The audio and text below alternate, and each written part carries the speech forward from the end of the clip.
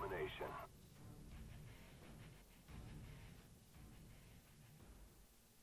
Capture the objective. Yo, what up guys, it's Dreams here, and today I've got a gameplay for you here on the map Grid. I'll be using the FAMAS with the yellow lines with dot sight, which I feel like is a really good reticle. I talked about it in one of my earlier videos just briefly. If you guys haven't tried it out yet, go ahead and give it a try because I really feel it's pretty effective. But off the bat here, I go ahead and grab the B flag.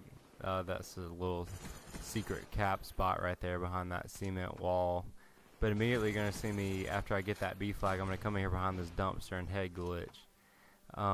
That's because this is a power position on the map, which I talked about in my firing range video. You always want to be able to control the power positions on the map, and that's going to make for an easy win for you guys. So I went up and pushed behind that dumpster after we secured the B flag. So now I'm going to go ahead and push up in here to top office. Now I'm going to see what I can see out that window right there. I don't see anything, but I am aware of my radar. My teammate just got a UAV. I see an enemy right here near these stairs. So I'll go ahead and put a claymore right there because I'm anticipating that he's going to come up those stairs, and that's one of the things I want to talk about today is anticipating what your enemies are going to do. Say if one of your teammates gets a UAV up in the air and you're playing Domination and you know that the main route to get to that B flag or the A flag is a route that is very commonly taken and a route that you're near, you want to go ahead and be aware.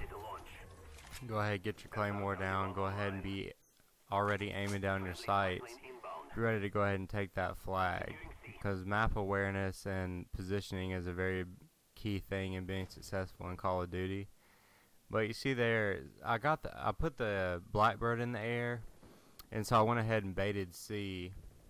Just to make them think that I'm taking C, but I just wanted to get their attention so that I could move around the map more freely and be able to pick up a couple more kills. Since I do have the Blackbird in the air, I do know exactly where they are. So I see this guy right here and I catch him off the spawn, and right there I just pick up a random death.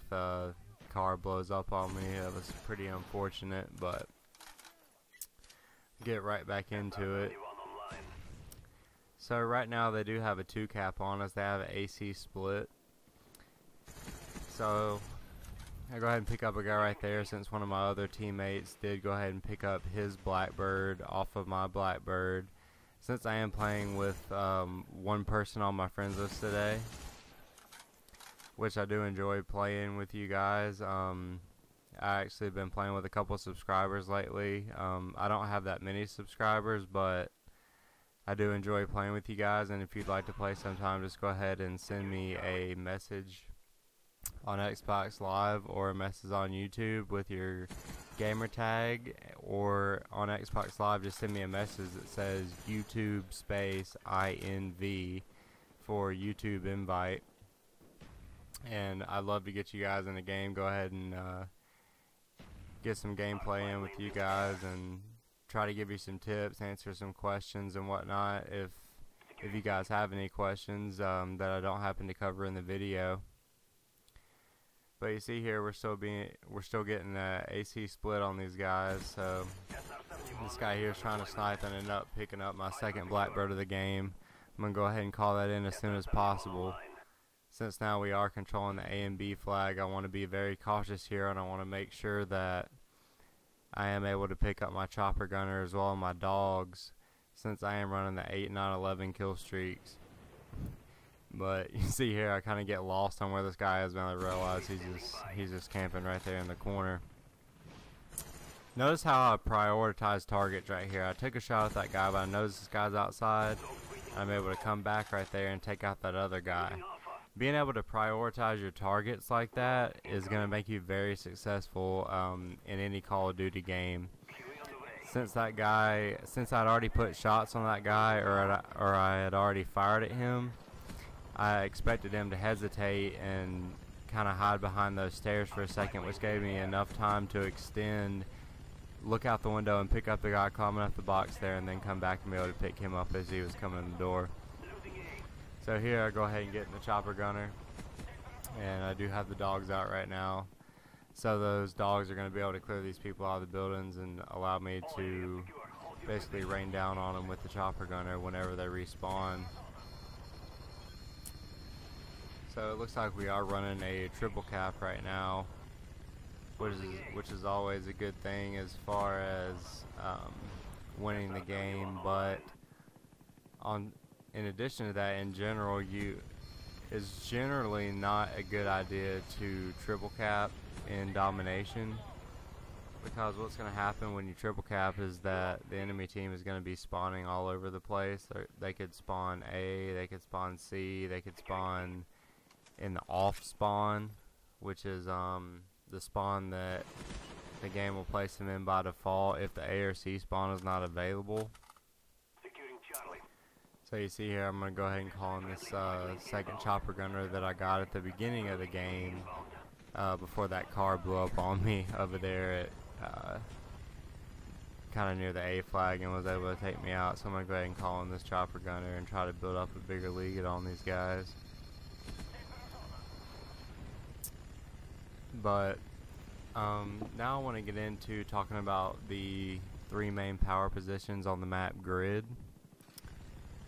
So the first power position is going to be in the building right beside of A on the balcony, overlooking the B flag where the truck is. You see I'm looking right now. The second power position is going to be behind the dumpster, which you see me post up at the beginning of the game. And the third power position is going to be top office, which is to the right of the B flag right now in that second building.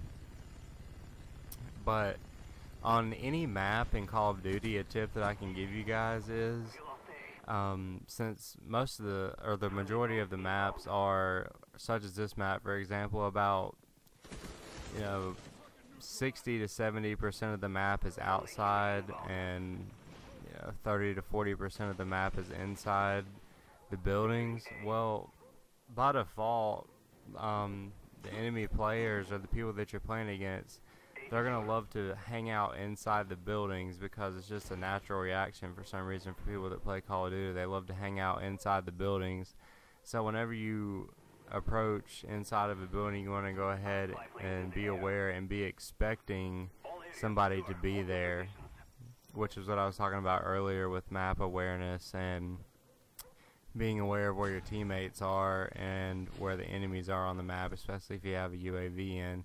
So you see right here, we are fully dominating them, and they are spawning over at the A flag.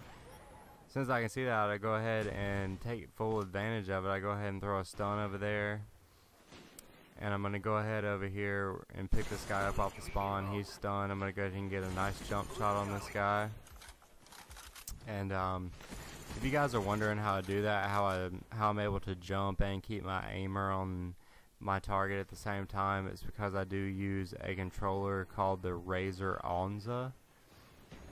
It's not a modded controller in any way. It's 100% MLG legal, and there's no rapid fire or anything. But what it does have is the 2 remappable buttons on the top of the controller, or 2 extra bumpers, one on the left and one on the right. So you'll have 2 bumpers on each side of your Xbox controller.